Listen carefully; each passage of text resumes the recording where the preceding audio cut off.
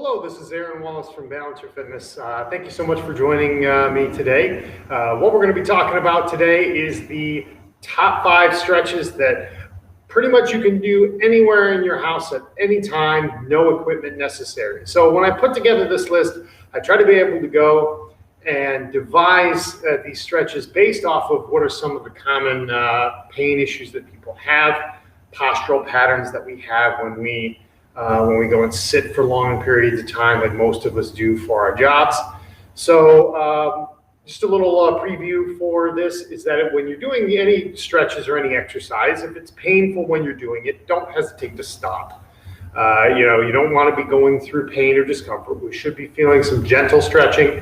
And again, the more that we do the stretching, the better results that we're going to get. So, hi, Grant. I just saw my comment from my wife's Facebook account. Thanks for watching, hon. And so, again, if you guys have any questions, please don't hesitate to put them in the comments. I'll try to be able to answer them as we go through today. But with that, we're going to be getting started with the top 5 stretches that everyone can do in their own home today, no equipment necessary. So the first thing I'm going to do is, you see these pads I've got behind me. Again, I just want to be able to have you guys lay down maybe on some softer carpet, perhaps on your floor. What you're going to do is you're just going to lay down on your back. Very, very simple, almost no equipment necessary for this one. So you're just going to lay down on your back on the floor. This stretch is for what's called your thoracic spine, or your upper back. So I'm just going to lay down on my back here, and what I'm going to do in this position is I want to make sure that my head is nice and rested, but it's not tilted up, okay? I don't want it tilted up. I want my chin tucked, relaxed, with my head on the floor. If I can't get my head relaxed on the floor without tilting it up, place like a small pillow, or maybe roll up your mat if you've got mats. Or you can just use a little small pillow to make sure that you keep your head tucked. Now, once you're in this position, what I would like you to do is you're going to go ahead and place your hands together and try to be able to get your forearms together here. So I'm trying to be able to put my forearms together like this. And what this is going to do is it's going to push my thoracic spine into the floor. And the gravity, as I breathe here, inhaling, belly goes forward, exhaling, relaxing, it should go and start to feel that nice stretch, or you feel that nice stretch in your upper back. Then I can just gently slide my hands up the body. Inhale, belly goes forward. Exhale, relax. The breathing is very important to get our body to relax. Inhale, belly goes forward. Exhale, relax. And every breath you can go and slowly move the hands up.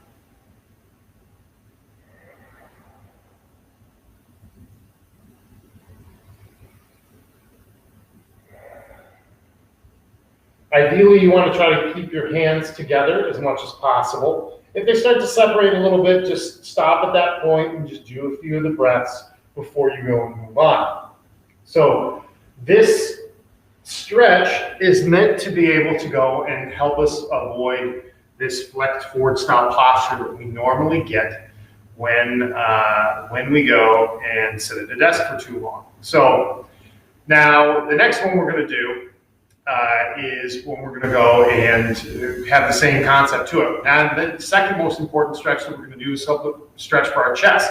So a lot of times we're sitting hunched over at our desk, our shoulders get rounded forward, you're going to get tight in your pectoral muscles. So the easy thing to do is to be able to go and have a wall. So that's all you need. The only equipment that you need for anything that we're doing today is a wall and a chair, maybe, if you want to be able to do that. So I'm going to come over here and I'm going to demonstrate how this would work. So just to keep the camera in the same place, I'm going to imagine I've got a wall here where this pole is.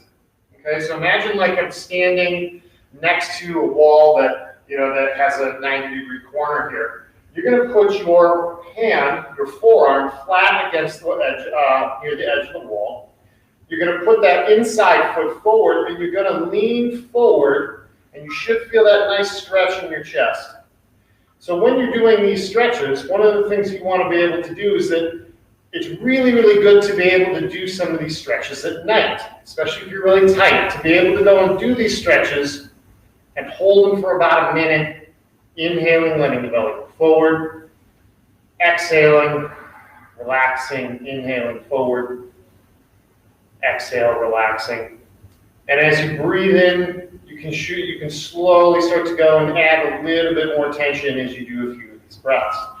Holding it for a minute will allow us to be able to go and work on creating long-term improved flexibility.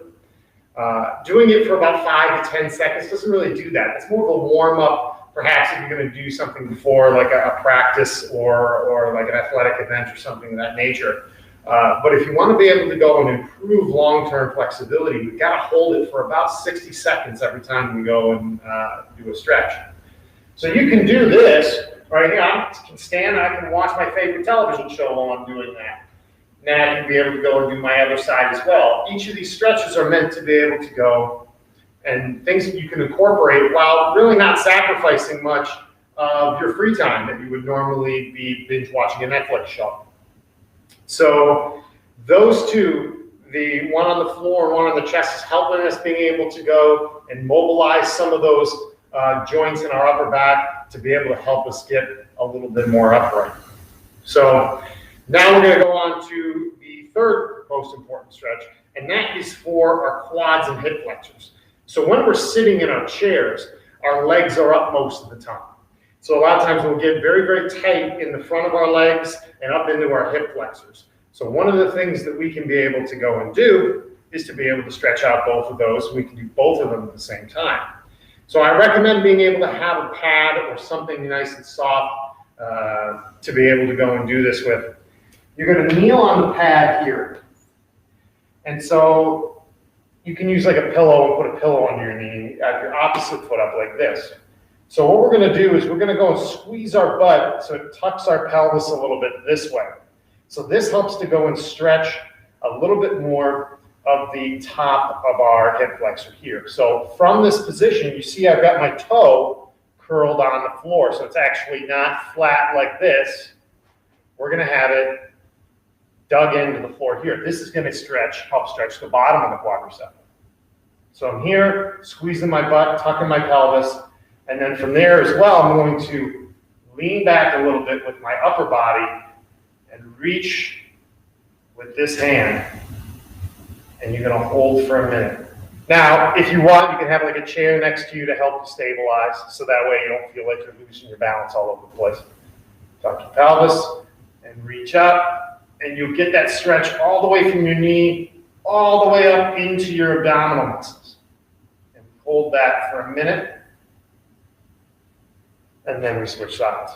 So one of the things that, especially when you're doing these stretches, if you're feeling any pain or discomfort in any of your joints or any, over tightness, in your lower back or something of that nature, go ahead and stop. There's always ways to be able to make adjustments to these exercises.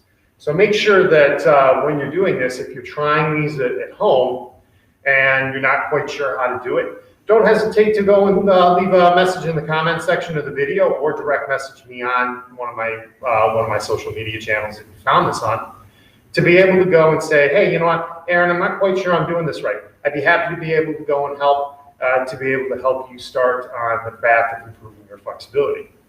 So now that we got to number 3, so we did the upper back, we did the chest, we did the quads, hip flexors, all in one stretch. The next one we're going to do is for the glutes. So your glutes can get, again, very tight when you sit down at a desk. So what we're going to do is what's called the 90-90 hip stretch. So I've got my legs, I'm going to make a 90-degree angle with my front leg here. So if you can see that on the camera, I'm making a 90-degree here. So my thighs pointed straight ahead of me, and my lower leg is pointed at a 90-degree angle from that. And my back leg is the same thing. So back here, straight out to the side, and then a 90-degree angle down. From this position, I'm going to have my chest up, and then I'm going to start to bow forward towards that knee. And I should feel a nice big stretch in my glute as I do this. So a couple of different ways that we can do this. I can go and increase the stretch by either gently pushing down on the knee here, or I can stretch a different section of my glutes if I pull the knee a little bit with this left hand up as I bow forward. You're getting different hip rotators if I push down versus if I push or pull up. It's just that gentle pull. So as I'm doing this again, I'm inhaling, letting the belly go forward, exhale, letting the belly relax. As I go, I gently work into these stretches. And again, we would do about a minute on each side, and that's what we want to be able to do, is to be able to go and really work on getting some of the compression out of that hip joint. So people who end up having long-term issues with their hip joints. So for example, if you've ever had a hip replacement before, or had grindy hip pain, where your orthopedic surgeon may be telling you, hey, we're going to be careful because this is going to go and have some issues, and may need a hip replacement in 5 or 6 or 7 years. These muscles, when they get tight, they pull the hip joint up into the hip capsule, and that creates this grinding effect that eventually you're going to go and have that wear down. By doing these stretches, you can sort of help to pull it back into its normal position, that in the hip joint, and you can end up going and perhaps saving yourself some surgery in the long run.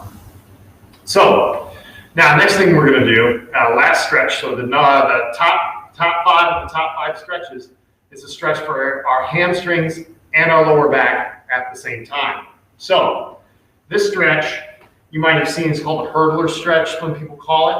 I'm just going to go ahead and I'm going to put my legs straight ahead, just like this.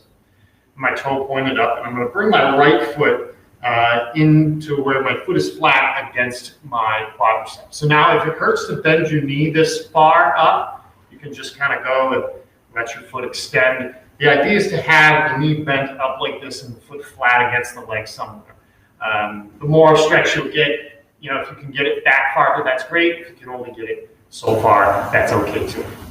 So I'm just going to go ahead and in this position. What I'm going to do is I'm just going to reach both hands towards my toe. It's really important though, if I've got this right leg bent, I'm really reaching this right leg. What's happening here, along with the stretch of my hamstrings in this left leg, I'm going to be stretching my lumbar spine, or a particular muscle. It's called the quadratus lumborum, or QLO for short. And this muscle, when they both get tight, it really compresses that lumbar spine and gives a lot of pain and discomfort a lot of times. So by getting a little bit of this stretched out, we can help to decompress that lumbar spine and just make our lower back feel just a little bit better. So I'm just going to go ahead and I'm going to reach forward. I'm just going to do that hold for a minute. Inhale, letting my belly go forward. Exhale, letting my belly relax. And every time I exhale, I should be able to go a little farther.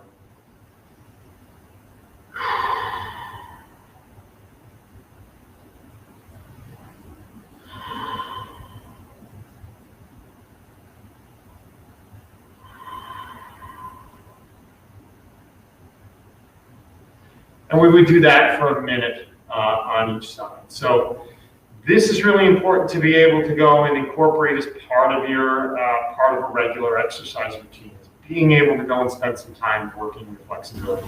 If we're going and just having maybe a few minutes at the end of the day, these techniques can be able to go and save us a lot of pain in the long run. Again, I know stretching isn't exactly sometimes the most important thing that people have on their list for exercise.